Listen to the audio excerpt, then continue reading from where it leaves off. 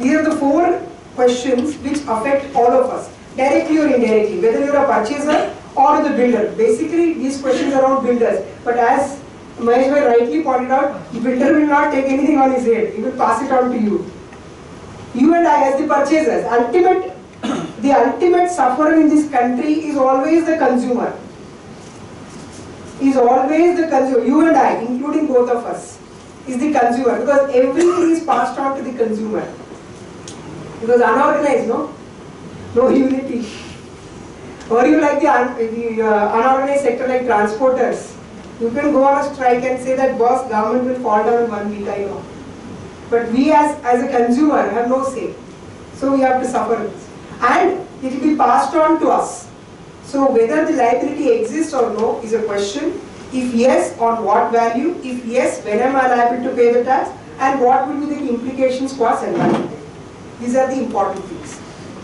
After June 2005, in 1st of June 2007, they introduced another category called works contract service. They introduced another category called works contract service. Here the TRO clarified, saying that contracts which are treated as works contract for VAT will be treated as works contract for service tax also. This opened another Pandora's box as to who will pay now and what value, whether it's a works contract. There was another controversy. If works contract is taxable today, whether it was taxable prior to this, because construction service was already into force, then what is the meaning of construction service? And what is the difference between construction and works contract service? Some courts held that prior to 1/6/2007, works contract was not taxable. Only and only pure construction service was taxable under that category. That is, where the contractor only undertakes the physical exercise of constructing the building.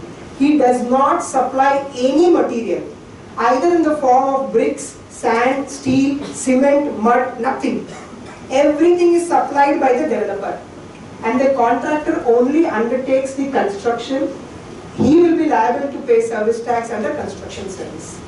If the contractor supplies material as well as labor, then it's a works contract which will be taxed under works contract service.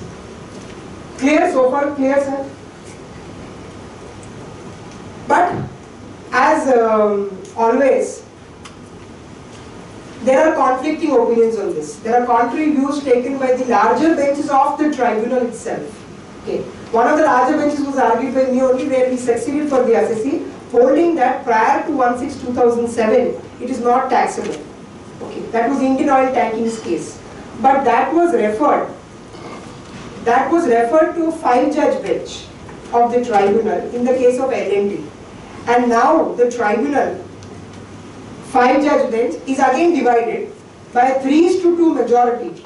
They have held that even prior to 1/6/2007, construction contracts where material was involved were taxable. Construction contracts where even material is involved were taxable under construction service. They continue to be taxable under works contract service. There is no new category introduced as such. This is, according to me, contrary to the Bombay High Court ruling in Indian National Shipowners case, where the Bombay High Court ruled when mining service was introduced from June 2007, and subsequently from 2008, supply of tangible goods service was introduced. The Bombay High Court ruled that since it is taxable under supply of tangible goods service, it will not be taxable under the prior existing heading, which is called the mining service. Be that as it may, it's a 5-judge bench of the tribunal, therefore it's binding on all of us today. Okay. It is challenging the Supreme Court. We do not know what tomorrow Supreme Court will decide. Okay. Basis L&T, full bench of the Constitution Bench judgment of the Supreme Court. Okay. I'll just highlight some of the observations of the Constitution Bench judgment of the Supreme Court in L&T's case, because it throws out, in my respectful submission, in my respectful opinion, it throws out all along for decades what we have understood, what was works contract, what is a labor contract, and what is a supply contract. It overturns everything. Today, according to me, any and every contract where there is a hint of material can be works contract. A lawyer giving an opinion can also be termed as a works contract, because there is supply of paper by you to the customer. There is supply of ink by you to the customer. A doctor giving a prescription can also be a works contract. A chartered accountant auditing the books can also be a works contract. I do not know whether they will go to such an extreme extent or no, but if you read the judgment of the Supreme Court in L&T's case, it is possible to say that. So five-bench tribunal followed the L&T, so constitutional. No, sir. No. Independent. That's independently, that's different. Both are different. L&T tribunal was only concerned with whether any construction contract is taxable prior to 1/6/2007 or no. They said yes, any construction contract is taxable. L&T Constitution Bench was concerned that after the amendment to the Constitution, Article 366(29)(a), whether works contract would be taxable and whether building contracts are works contracts. Okay. In that case, in L&T's case,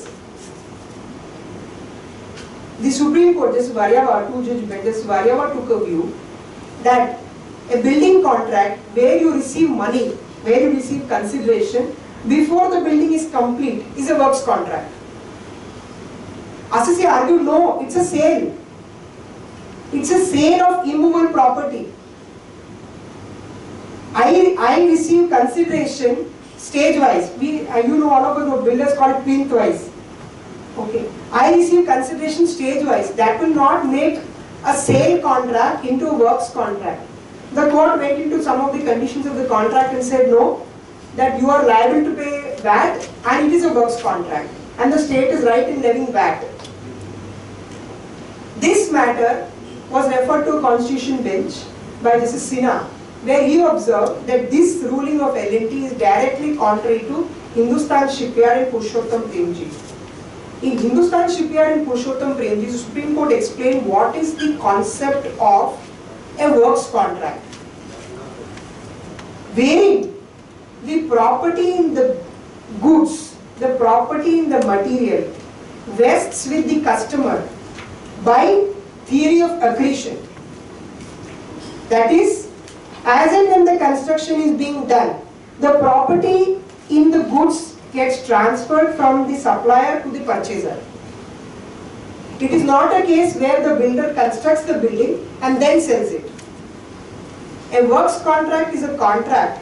I'll give you a simple example, live example. All of us know the Bandra Worli ceiling. Yes. Who is the owner of Bandra Worli ceiling? State. MSRDC or state. You can call it the state. State is the owner of the. It is constructed by Hindustan Construction Company, HCC. When the HCC was constructing this bridge, brick by brick by brick, was there a works contract or no? Was a question. That was a precise question in Hindustan Shipyard before the Supreme Court. There is a works contract because the property in the bridge never vested with Hindustan Construction Company. Hindustan Construction Company was never the owner of the bridge. Owner of the bridge always continued to be the state. It is not a case where after the construction of the bridge, a contract was executed saying that I hereby now transfer the bridge to you. There was no such contract. In that situation, it is a works contract because the property in the material passes to the owner by theory of accretion. There is no separate document which needs to be executed showing the transfer of the property from the seller or the works contractor to the purchaser. This is a fundamental concept, but now please see what Constitution bench says.